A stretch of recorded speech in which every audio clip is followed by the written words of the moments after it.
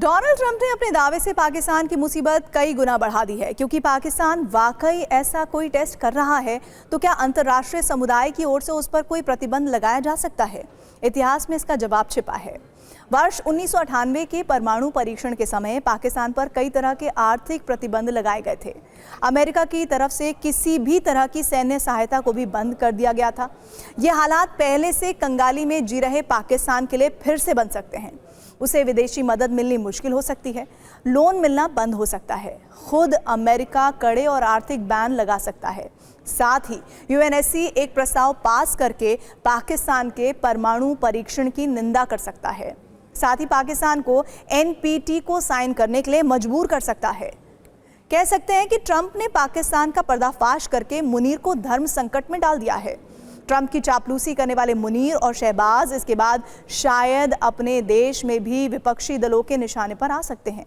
वैसे पाकिस्तान पर इन दिनों एक संकट और भारी है। ये संकट तालिबान के नाम वाला है। तालिबान हर रोज पाकिस्तान को एक नई चोट दे रहा है। इस बीच अफगानिस्तान से एक ऐसा वीडियो आया है जिसने शहबाज शरीफ और आसिम मुनीर दोनों की नींद उड़ा दी है। ये वीडियो है तालिबानी सरकार के मंत्री मोहम्मद नबी उमारी के सार्वजनिक कार्यक्रम का, जो पाकिस्तान के साथ लगते खोस्त इलाके में एक कार्यक्रम में पहुंचे थे, जहां उन्हें ग्रेटर अफगानिस्तान एक नक्शा भेंट किया गया, जिसमें पाकिस्तान के कई इलाकों को अफगानिस्तान का हिस्सा दिखाया गया है। इसे तालिबान की पाकिस्तान को सीधी चेतावनी माना जा रहा है, क्योंकि अफगानिस्तान ने ऐलान कर दिया है कि खैबर पख्तूनख्वा और बलूचिस्तान के कई इलाकों पर अफगानिस्तान का हक है। ये नक्शा साबित कर रहा है कि अब तालिबान ने डुरंड लाइन को मानने से इनकार कर दिया है। तालिबान ने यह तय कर लिया है कि अब वो पाकिस्तान को सबक सिखाकर रहेगा। तालिबान सरकार के शिक्षा मंत्री ने देश के युवाओं से मिसाइलें और ड्रोन बनाने के लिए कहा है। उन्होंने कहा कि अफगानिस्तान को रक्षा के लिए तलवारों की जरूरत नहीं है, आधुनिक हथियारों की जरूरत है। तालिबानों के तेवरों से परेशान पाकिस्तान अब भारत पर तालिबान को भड़काने का आरोप लगा रहा है।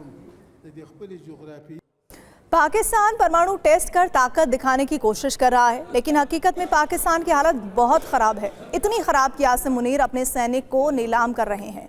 हमने कुछ दिन पहले आपको बताया था कि कैसे पाकिस्तान ने पैसे के लिए मुस्लिम देशों से गद्दारी की है, इजराइल से हाथ मिला लिया है। पाकिस्तान अपने 20,000 सैनिक गाजा भेजने के लिए राजी हो गया। अब सूत्रों के हवाले से खबर आ रही है कि आसिम मुनीर अपने इन सैनिकों को इजराइल का गुलाम बनाकर करोड़ों रुपए कमाना चाहते हैं। बताया जा रहा है कि आसिम मुनीर की तरफ से हर सैनिक के लिए $10,000 यानी करीब 9 लाख रुपए की मांग की गई है। पाकिस्तानी सोशल मीडिया में ऐसे कई दावे किए जा रहे हैं। कहा जा रहा है कि आसिम मुनीर ने अपने सैनिकों को किराए पर देने की रेट लिस्ट तय कर ली है।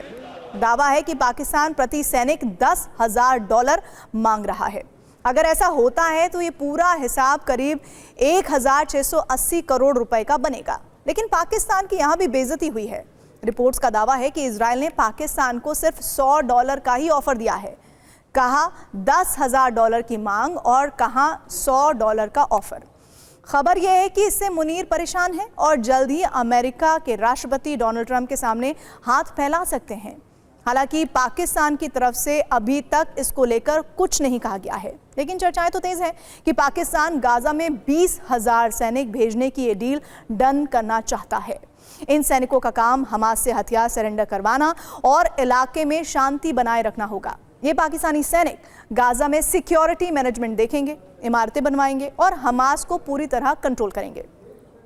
इसका सीधा सीधा मतलब यह है कि डॉलर के लालच में पाकिस्तान ने अपना ईमान बेच दिया और मुस्लिम देशों को धोखा देकर इजराइल को गले लगा लिया।